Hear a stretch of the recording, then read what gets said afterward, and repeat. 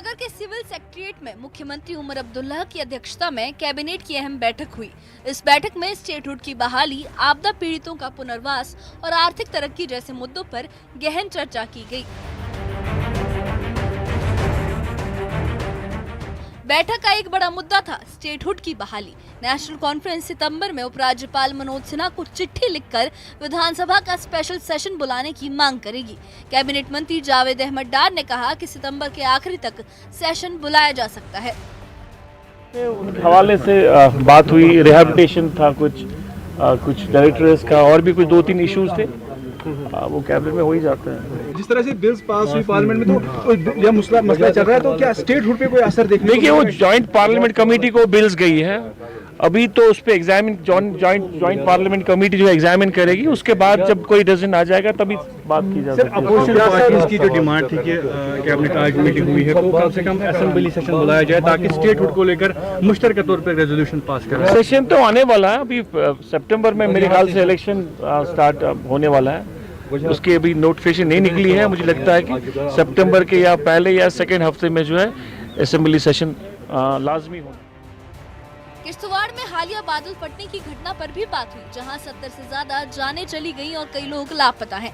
सरकार पीड़ित परिवारों के पुनर्वास और अतिरिक्त आर्थिक मदद की योजना बना रही है। जावेद अहमद डार ने बताया कि कैबिनेट बैठक में किश्तवाड़ पीड़ितों के पुनर्वास पर चर्चा हुई।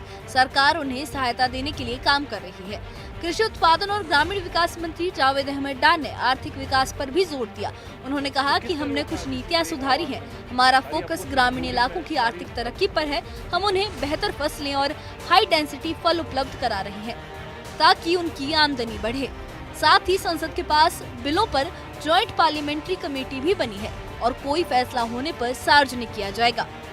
देखिए, एग्रीकल्चर के हवाले से मैं कहूँ, एग्रीकल्चर बहुत हद तक अपने रिफॉर्म्स में पेशरफ कर चुका है और हमारी जो प्रायोरिटी है वो ये है कि इकोनॉमिक ग्रोथ जो है, खासकर रूरल एरियाज में जो एग्रीकल्चर के साथ मुंसलिक लोग हैं, उनकी इकॉनमी को जो हम बूस्ट करें by providing them better crops, उनकी यील्ड अच्छी हो। हॉर्टिकल्चर में उनको हम हाई डेंसिटी प्रोवाइड करते हैं, अच्छी वैरायटी, एक्सोटिक वैरायटीज प्रोवाइड करते हैं ताकि उनकी जो इकॉनमी है वो बूस्ट। एक और अहम मुद्दा जम्मू के सतवारी इलाके के कारोबारियों का पुनर्वास था। दिल्ली से कटरा तक नेशनल हाईवे प्रोजेक्ट से प्रभावित होने वाले इन कारोबारियों ने सरकार से पहले ही पुनर्वास की मांग की है ताकि उनका धंधा संकट में ना पड़े। आज श्रीनगर के सिविल सेक्रेटेरिएट में चीफ मिनिस्टर उमर अब्दुल्ला ने अपनी कैबिनेट के साथ एक इम्पोर्टेंट मीटिंग बुलाई थी, जिसमें कुछ ऐसे पॉइंट्स हैं जिन पे खासा ही फोकस रखा गया। पहला पॉइंट ये था कि आने वाले सितंबर के महीने में उपराज्यपाल मनोज सिन्हा को एक चिट्ठी लिखी जाएगी, जिसमें गुजारिश की जाएगी कि एक स्पेशल असेंबली सेशन बुलाया जाए ताकि स्टेटहुड को लेके एक थारो डिस्कशन हो।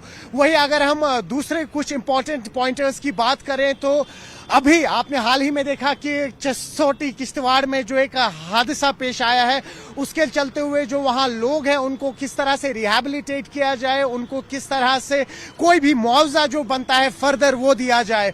और तीसरा पॉइंट जो है वो जम्मू के सतवारी मार्केट में जो तिजारत बिजनेस से जुड़े हुए लोग हैं उनको लेके हुआ है कि आने वाले वक्त में एक प्रपोजल है, कटरा से दिल्ली तक एक स्पेशल नेशनल हाईवे बनेगा, लेकिन उसमें जो ये सतवारी के बिजनेसमैन या तिजारत से जुड़े हुए लोग हैं वो कहीं ना कहीं बाईपास होंगे। और उन्होंने अपना एक प्रपोजल रखा था गवर्नमेंट के सामने कि उन पे भी अब कोई नजरसानी हो। तो कुल मिला के अगर बात करें तो इन 3 पॉइंट्स पे आज कैबिनेट ने डिस्कशन किया है। अब आने वाले दिनों में ही पता लग पाएगा कि क्या उपराज्यपाल मनोज सिन्हा जो सीएम उमर अब्दुल्ला की तरफ से स्पेशल सेशन को लेकर प्रस्ताव रखा गया है उस पर मंजूरी देंगे या नहीं, और अगर मंजूरी दी उसके बाद ऑपोजिशन जो है उनका क्या रोल रहेगा असेंबली में, वो आने वाले दिनों में।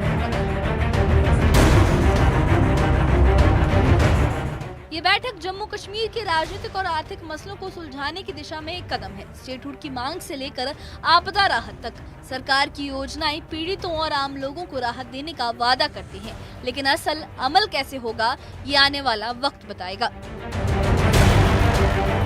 Bureau report, news 18।